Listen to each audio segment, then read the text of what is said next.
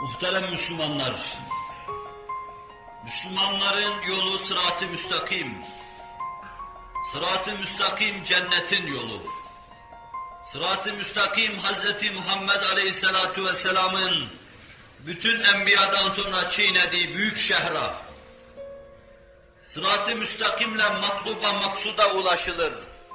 Sırat-ı müstakimle cennete girilir ve cemalullah müşahede edilir. Sırat-ı müstakimden inhirafa, ifrat ve tefrit diyoruz. Altında kalan da, üstüne çıkan da sırat-ı müstakimden ayrılmış, Allah yolundan ayrılmış, Resul-i Ekrem'in çiğnediği şehrahtan ayrılmış, meleklerin tahşidatı altında bulunan emin bir yoldan ayrılmış, sapıklığa düşmüş demektir.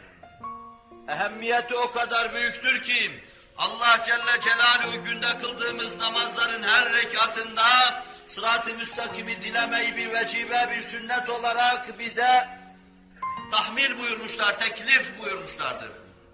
Sırat-ı müstakim bütün bir hayatın nabzı halinde atmaktadır. Ve sırat-ı müstakim inhiraf edildiği zaman, nice sırat-ı müstakimden inhiraf edenler vardır ki inhiraf ettiklerini bilmezler. İnsanın ne ahiret hesabına yaptığı şeylerin, ne de dünya hesabına yaptığı şeylerin hayır getirmesi asla beklenlemez. Aziz Müslümanlar, ahlak-ı aliyenin menfi yönünden sırat-ı müstakimin manasını size intikal ettiriyordum. İnsanlar sözleriyle, davranışlarıyla doğru yola nasıl tercüman olacak, doğru yolu nasıl aksettirecek, bu Allah'ın yeryüzünde halifesi olan insan, bu suretle nasıl ahlak-ı aliye İslamiye'yi temsil edecek? Mümin, sırat-ı müstakimin insanı mümin, davranışlarında ve sözlerinde doğrunun temsilcisidir. Bütün beyanlar onun doğru olacaktır. Ve kizpten, yalandan tevakki edecektir. Zira kizbi Kur'an-ı Mucizül Beyan kafirlerin sıfatı olarak anlatmakta. Ve Resul-i Ekrem'in nurlu beyanları içinden münafıklığa ait sıfatlardan 3'te birisi veya 4'te birisi olarak anlatılmakta, tavsif edilmektedir. Yalan Allah'a karşı bir yalandır. Yalan kainata karşı Allah'ın varlığına delalet eden şeyleri inkar ise kainata karşı bir yalandır. Yalan Hz. Muhammed Aleyhisselatü Vesselam'ın getirdiği esasata karşı bir yalandır. Ve yalan affedilmez bir günahtır ki Allah Resulü o fücura çeker götürür. Zira bütün menhiyatın altında yalan vardır. Sözde yalan, davranışta yalan, kanaatte yalan, verilen vaitten dönmekte, hulfül vaitte yalan, insanı nifakın içine sokan çok mühim bir faktördür. Onun için Allah Resulü en sayı hadis-i şeriflerinden Ayetül münafiki selâs, İzâ haddese kezeb ve izâ vaade ahlaf ve izâ e'tumine khân. Bunların üçü de haddizatında yalan. İzâ haddese kezeb, konuştuğu zaman ağzının yalanını ifade eder.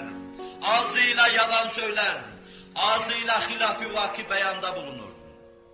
Ve izâ vaade ahlaf, söz verdiği zaman sözünden döner. Bu defa da adamı aldatmış olur, davranışında bir yalan meydana getirmiş olur. Ve izâ tümine khân, kendisine bir şey emanet edildiği zaman, tevdi edildiği zaman, bu defa da içten, kalbinden emanete karşı hıyanet eder, Allah'a karşı bir yalanda bulunmuş olur. Ala külli hal, yalan başlı başına bir nifak alameti. Biz bunu dallandırsak, budaklandırsak, 3 desek, 4 desek, 5 desek, 6 desek. Fakat hepsinin temelinde bağışlayın korkunç bir yalan yatmaktadır. Ve yalan, doğru beyan karşısında sırat-ı müstakimde bir ifrat ifadesidir. Bir sapıklıktır, bir inhiraftır. Hazreti Muhammed çizgisinden sallallahu aleyhi ve sellem aşağıya düşmektir. Fakat bir yerde de şu vardır. Bütün doğruları ağızdan dolan bir tüfek gibi hepsini birdenbire bağışlayın püskürmek. Hepsini birden konuşmak. İşte bu da bir tefrittir. Bu mevzuda bu da bir tefrittir, kizmin tefritidir. İnsan doğru konuşacak. Her konuştuğu doğru olacak. Fakat yeryüzünde ne kadar doğru varsa onların hepsini konuşmakla mükellef değildir. İşte bu da sırat-ı müstakimdir. Kâb İbni Malik doğru konuşuyor, kurtuluşa eriyordum. Orada doğru konuşmak gerekiyordu. Ebu Lübabe ise doğruyu konuşuyor, zincire vurulmaya istihkak kazanıyordu. Hatip bin Belta'a doğruyu konuşuyor, zincire vuruluyordu. Yerinde doğruyu konuşacak ve yerinde de doğrudan sükût edeceksin. Her konuştuğun doğru olacak fakat her doğruyu konuşmayacaksın. Kâb ibn Malik der ki evvel ve ahir, kurtuluşuma medar olan şey doğru konuşmam oldu. Bunu size değişik yönleriyle başka zamanlarda intikal ettirdim. Ariz ve amik intikal ettirmeyi düşünmüyorum. Sadece meselemize ışık tutacak hususuna parmak basmak istiyorum. Tebuk'a iştirak etmemiştim. Yaz demiş, sıcak demiş, bağ bozumu meyve demiş, yumuşak döşek demiş, yarın giderim demiş, bugünü yarına komuş derken yarın da varamamış, Allah Resulü gitmiş gelmiş, bu da kayıp ve kasir kendi hesabı içinde. Kolu kanadı kırık Resulullah'ın huzuruna çıkmıştır. Allah Resulü sallallahu aleyhi ve sellem kendisine niçin Tebuk'a iştirak etmedin dediği zaman aklından belki yalan söylemek geçti. En-necatu fis-sıdk hakikatine sadık kaldı. Doğru söyledim. Doğru söylenilmesi gereken bir yerdim.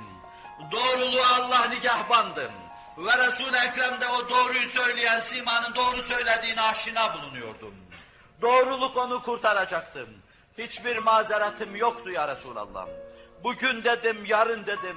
Bana terettüp eden vazifeyi yapmadım. Bugünü yarına koydum, yarını öbür güne koydum. Derken geriye kalmış olduğuma şahit oldum. Ve gelemedim, hiçbir mazeretim yoktu. Allah Resulü git evine dedi, affına ferman çıkacağına kadar intizar et. Fazla değil, 50 gün kadar beklemiştim. Her lahzası, her dakikası cehennemden gelmiş. Zakkumları içiyor gibi ciğerlerini parçalayacak 50 günlük bir zaman. Siz onu Kâb ibn Malik'e sorarsanız 1000 sene cehennemde kalmış gibi ıstırap çektim. Ağustos sıcağı, bağ bozumu, ailenin yanında kalma çok hafif şeylerdi bunlar. Ah keşke gitseydim, iştirak etseydim, beraber bulunsaydım ve dönüp geriye gelseydim diyordu ama iş işten geçmişti, doğru söylüyordum. Mazeretim yoktu, gelemedim. 50 gün sonra beraatına ferman çıkmıştım. Sema affını imzalamıştım. Ve Kâb ibn Malik'in etekleri cevherlerle dolu huzur-u Risalet Penahi'ye gelmiştim. Sahabe-i kiramdan Hazreti Talha kalkıp kucaklayınca her şeyden arınmış gibi kendisini hissediyordum. Ve Resul-i Ekrem kendisini tebrik edince kendi o andaki duygusunu bize şöyle anlatır. Ben hayatımda 2 defa ciddi sevindim. Birisi Medine çocuklarının Seniye-i Veda'dan aşıp da Medine'ye gelen Resul-i Ekrem'i istikbal etmek için Tala'al bedru aleyna min seniyyatil veda sözleri arasında Resul-i Ekrem'in Medine'ye teşrif ettiği gün idi. Yani o günle cennet karşıma çıksaydı yan yana, o günü tercih ederdim. Manasında benim içimde bir sevinç hasıl etmiştim. İkinci sevincime medar olan günde Allah'ın semadan affımı imzaladığı gün olmuştum. 50 günlük ıstırabın sona erdiği gün olmuştum. Ve ben evvel ve ahir sıdkımın mükafatını görüyordum. Zira benimle iştirak etmeyen niceleri vardı ki yalan söylemişlerdi. Kalkıp gitmişlerdi. Ama Hüzeyfe'nin kulağına Resul-i Ekrem bunlar münafıktır demiştim. Ebedi cehennemlerine imza atmıştı onların. Ebu Lübabe de doğru söyledi. Fakat o doğruyu söylememesi gerekiyordu. Burada doğruyu söylemek doğru değildi. Sırat-ı müstakimden iniraf etti. Ve bunu anlayınca da kendini gitti mescidin direklerinden birine bağladı.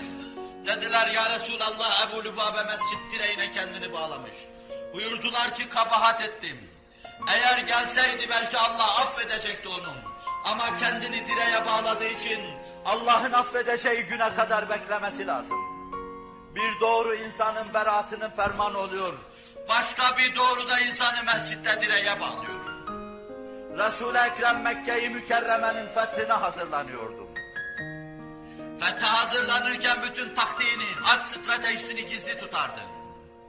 O onun erkan-ı harpliğine ait yönüdür, çok derindir ve uzun konuşmak ister.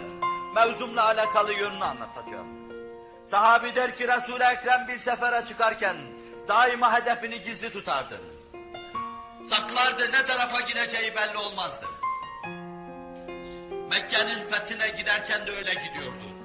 Kimse nereye gittiğini bilemiyordu.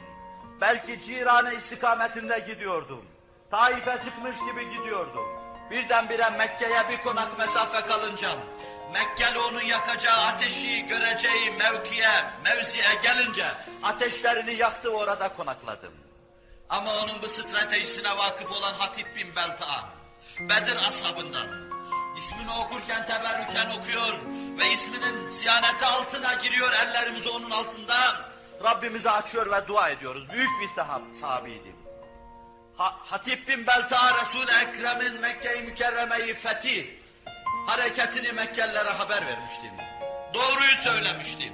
Yalan mı söyleyeyim demiştim. Mekkeli bana sorarsa bunu doğru söyleyeceğim demiştim. Mektup yazmış Mekke'ye göndermiştim. Ve Cibril haber verdi. Hazreti Ali ve Miktat derdest yakaladı kadını getirdiler. Saçlarının arasından nameyi çıkardılar.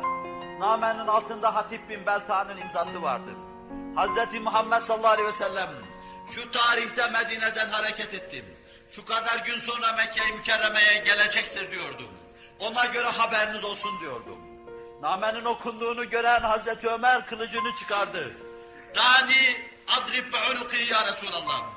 Bırak beni şu münafıkın boynunu vurayım diyordum. Mehlen ya Ömer dedim. Biraz mehil ver ya Ömer diyordum. Hatip bin Belta'da dizler üzerine doğruldu ve şöyle dedim. Bana bir mehil verin anlatayım ya Resulallah. Mekke-i Mükerreme'yi fethe gidiyorsunuz. Çoluk çocuğum, evladı, iyalim var. Başka kardeşlerimizin burada akrabaları, orada akrabaları, yakınları, destekleri, zahirleri var. Bense sahipsiz tek başıma bir insanım. Orada çoluk çocuğumu koruyacak kimsem yoktur. Ben böyle bir ihbarda bulundum ki, sen nasıl olsa orayı fethedeceksin. Benim çoluk çocuğumu da onlar himaye etsinler. Allah Resulü sallallahu aleyhi ve sellem buyurdu ki, Hatip doğru söylüyor. Doğru söylüyor ama bu söylediği doğru değildi. Doğru olsaydı o namenin Mekke'ye gitmesine Allah müsaade ederdim. Cibril haber vermezdim. Ve Resul-i Ekrem'de bu mevzuda dargınlık ve kırgınlık ishar etmezdim. Ömer öfkelenmezdim. Mümin basiretli olur. Mümin müteyakkız olur. Mümin sırat-ı müstakimin erkanına riayet eder.